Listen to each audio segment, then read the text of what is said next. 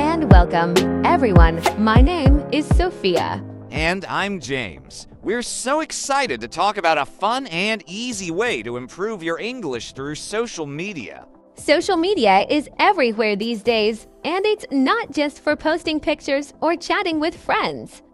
It can also help you learn English in a creative and interesting way. Exactly. Platforms like Instagram, Facebook, YouTube, TikTok, and even Twitter are full of content in English. You can watch videos, read posts, or join groups to practice every day. Right. Let's start with the first step, choosing the right social media platform. Not all of them are the same. For example, if you like short videos, TikTok might be great for you. Or if you prefer to read and comment, Facebook is a better choice. And don't forget YouTube. YouTube is one of the best platforms for learning English. There are so many videos made by English teachers, plus subtitles to help you understand. That's a great point. While watching, pay attention to the words and phrases people use. For example, if someone says, "Let's dive into this topic," they mean they're going to talk about it in detail. Yes, and if you don't know what a word means, you can search for it online or use an app to translate. Here's another tip. Follow pages or accounts that post in English about topics you enjoy. Love cooking? Follow food bloggers. Like sports? Find athletes who post in English. Good advice. When you're interested in the topic, you'll stay motivated and learn new words naturally. And remember, social media is also about interaction. Try leaving comments on posts or videos. Start with something simple, like "great post" or "I agree." That's a good way to practice writing, and if someone replies to you, you can have a short conversation. It's fun and helps you learn real-life English. Yes, but make sure to check for spelling and grammar before you post. It's a small step, but it helps you learn. Also, listen carefully to how native speakers talk in videos. Repeat their sentences to practice pronunciation. Oh, and don't be afraid to make mistakes. Learning a language takes time, and mistakes are a part of it. Absolutely. Mistakes show that you're trying, and that's the most important thing. Okay, so in this first part, we've talked about choosing the right platform, following accounts you like, and interacting with people. These are simple steps to start improving your English with social media. Yes, and there's so much more to explore. Let's keep talking about how you can make the most of social media to boost your English skills. That's right. Let's continue. All right, let's dive right back into it. So, we've talked about how to get started with social media, but now let's explore how you can make it a daily habit for learning English. Consistency is the key, right, Sophia? That's so true, James. A little practice every day goes a long way. The good thing about social media is that you don't need to set aside a lot of time. Even 10 to 15 minutes a day can help you improve. Exactly. You can start by setting a specific time to check English content. For example, while having your morning coffee or before going to bed, scroll through an English language page or watch a short video. Yes, and during that time, focus on learning something new. Don't just scroll aimlessly. Pay attention to the posts, captions, or hashtags.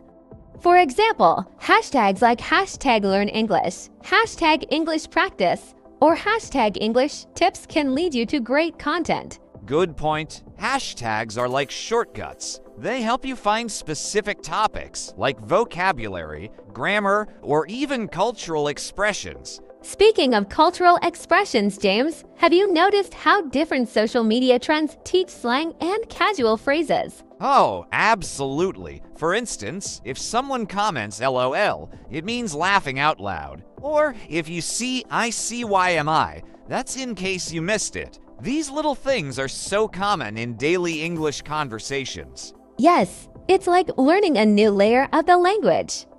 And here's a tip. When you see these abbreviations or slang words, write them down in a notebook or use Notes app. Great idea. And it's not just about reading or watching. You can also create your own content in English. For example, post a picture with a simple caption like a beautiful sunset or my favorite meal today. That's a fantastic way to practice writing, and don't worry if it's not perfect. The goal is to practice and build your confidence. Another way to practice is by joining online communities. Facebook groups or Reddit forums focused on learning English are great places to connect with people who are also trying to improve. And the best part, you're not just learning English, but also making friends from all over the world. You can exchange tips, ask questions, or even find a language partner. A language partner is so helpful. You can practice speaking through voice messages or even video calls. Platforms like Instagram and WhatsApp make this so easy. Absolutely, and don't forget about challenges on social media. For example, many English teachers post Word of the Day challenges or small quizzes. These are fun and keep you engaged. Yes, one word a day doesn't feel like a lot, but by the end of the month, you'll have learned 30 new words. Imagine how much better your vocabulary will be after a year. That's a great way to stay consistent. And remember, consistency doesn't mean perfection. If you miss a day, it's okay. Just get back to it the next day. Right. The important thing is to make social media a regular part of your English learning routine.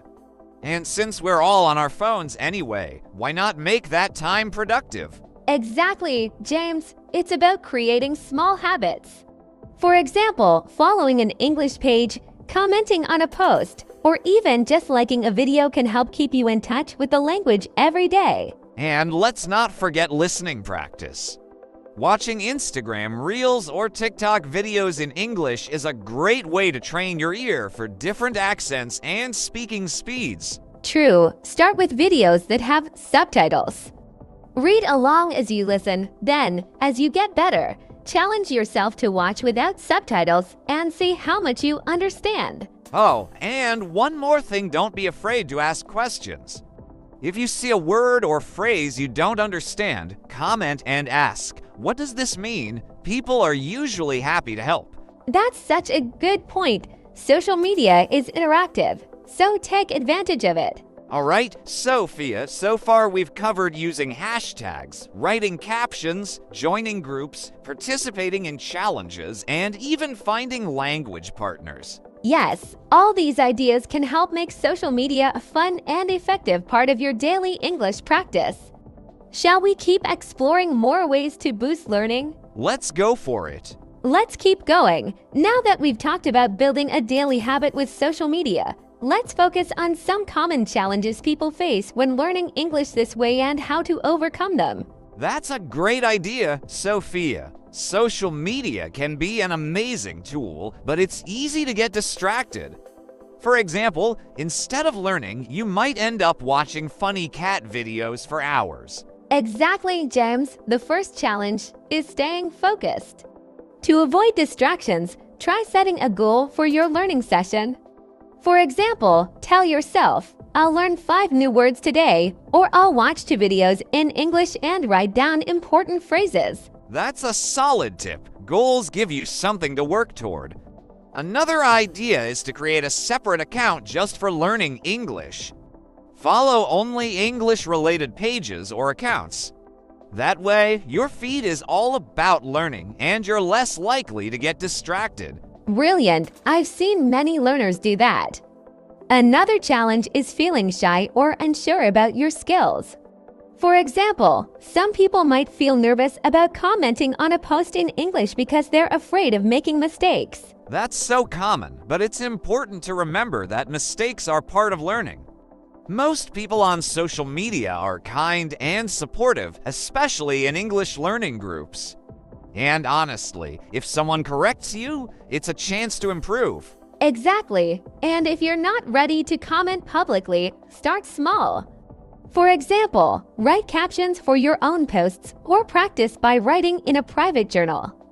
The key is to build your confidence step by step. Another challenge I hear about is understanding different accents or fast speech. Social media content comes from people all over the world, so you might hear British, American, Australian, or even non-native English accents. That's true, but it's actually a good thing. Listening to different accents improves your understanding. Start with subtitles to help you catch the words, and gradually try to watch without them. And don't forget, you can pause, rewind, and listen again. Social media makes it so easy to replay videos until you understand them. Another helpful tool is slow mode on some platforms like YouTube. It lets you slow down the video while keeping the sound clear. It's perfect for practicing pronunciation or understanding tricky sentences. Great tip, Sophia. Now, let's talk about the issue of too much content. Sometimes people feel overwhelmed by the amount of information out there. Yes, that's a big one. My advice is to focus on quality, not quantity. Follow just a few accounts that you really enjoy and find helpful. It's better to deeply understand one lesson than to rush through 10. And don't try to learn everything at once. For example, if you're watching a video, focus on one thing like new vocabulary or how the speaker pronounces certain words. Right, it's about taking small steps. And here's an idea. Create a playlist or save posts that you find useful. Most platforms have a save button. Later, you can review those posts and reinforce what you've learned. That's such a good habit. Oh, and speaking of habits, let's talk about balancing social media with other learning methods. Some people rely too much on social media and forget about things like books or real-life conversations. True, social media is a great tool, but it works best when combined with other activities. For example, you can use it to learn vocabulary and then practice speaking with a friend or tutor. And don't underestimate the value of writing. Use what you've learned on social media to write short stories, journal entries, or even blog posts. That's a great way to make the learning stick. And James, what about people who feel they're not improving fast enough? That's another common challenge. Oh, absolutely. It's easy to feel that way, especially when you compare yourself to others. But everyone learns at their own pace. Focus on your progress, not perfection. Yes, and celebrate small wins. For example, if you understand a joke in English or learn a new slang word, that's progress. Give yourself credit for trying. One last thing about challenges sometimes, the language on social media can be very informal or full of slang. This might confuse learners who are used to textbook English. That's a great point. Social media is full of casual language, so it's important to know when to use it. For example, Ghana is fine for chatting online, but in formal situations, you should say going to. Exactly. Understanding the difference between formal and informal English is a valuable skill. And if you're not sure, just look it up or ask someone in an English learning group. So, to sum up, social media has its challenges, like distractions, shyness, or feeling overwhelmed.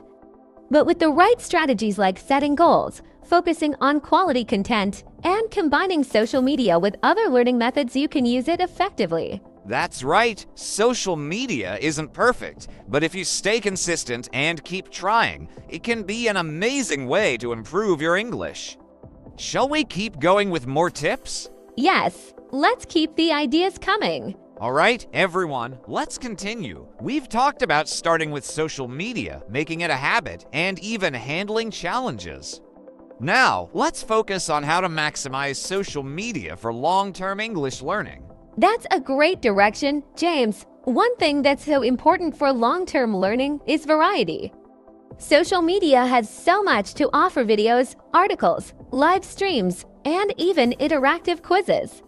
The more ways you expose yourself to English, the better. Exactly. Let's start with videos. Watching short clips on TikTok, Instagram, or YouTube is fantastic for learning everyday phrases and expressions. But for long-term growth, Try watching longer content too, like interviews, documentaries, or tutorials. Yes, for example, you can watch a YouTube tutorial on cooking, fixing something, or even make a poll in English.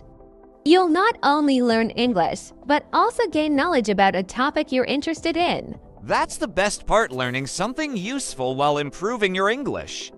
And here's an idea. Take notes while watching. Write down key phrases or new vocabulary. Then, try to use those words in your own sentences. That's such an effective method, James. And speaking of writing, how about using social media for journaling? Apps like Instagram or even Facebook let you write captions for your posts.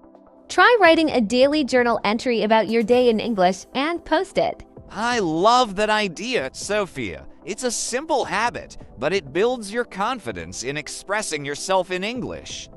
And don't forget about reading. Platforms like Twitter or LinkedIn are great for reading short posts, articles, or even news in English. Yes, reading improves your grammar, expands your vocabulary, and helps you understand sentence structure. When you see a post you like, try summarizing it in your own words. That way, you're practicing both reading and writing. And for those who love interacting, live streams are an amazing resource. Many English teachers or influencers host live sessions where you can ask questions or join discussions in real time. That's such a great way to practice listening and even speaking. Plus, live streams often use casual, everyday language, which helps you sound more natural when you speak. Here's another tip. Participate in social media challenges. For example, join a 30-day English learning challenge where you learn one phrase or idiom every day. Challenges are fun and keep you motivated. Absolutely. And if you're up for it, why not create your own challenge? For example, post one English sentence every day for a month. It could be about anything: what you ate, what you learned, or how you feel. That's a creative way to stay engaged. And let's not forget podcasts. Many creators share short, easy-to-understand podcasts on Instagram or YouTube. Listening to them daily is a fantastic way to improve your listening skills. Yes, and don't stop at listening. Write down your thoughts or questions about what you hear. Then comment on the post or discuss it with a friend. Now, Sophia, let's talk about staying motivated.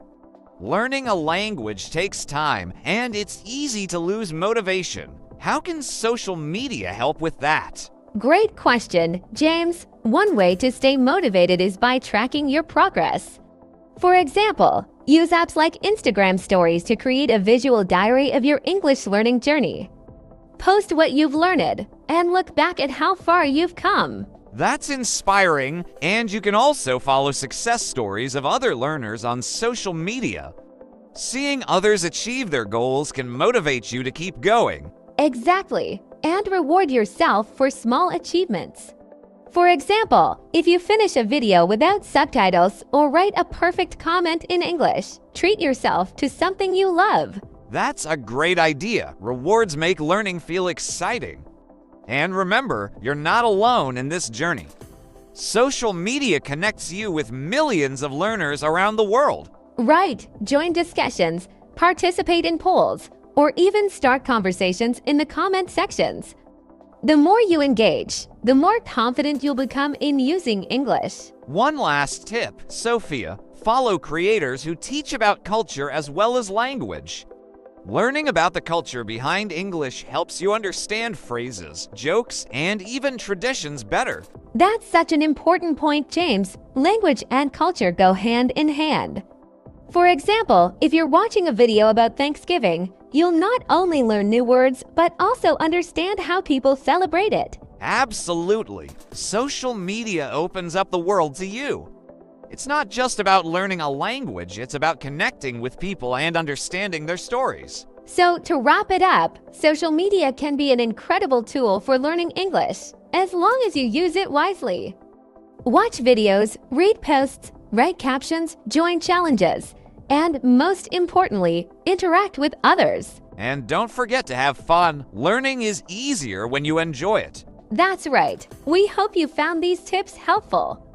Keep practicing, stay consistent, and don't be afraid to make mistakes. Thanks so much for joining us today. If you enjoyed this podcast, please subscribe to our channel and share it with your family and friends. Yes, spread the word. We're here to help you on your English learning journey.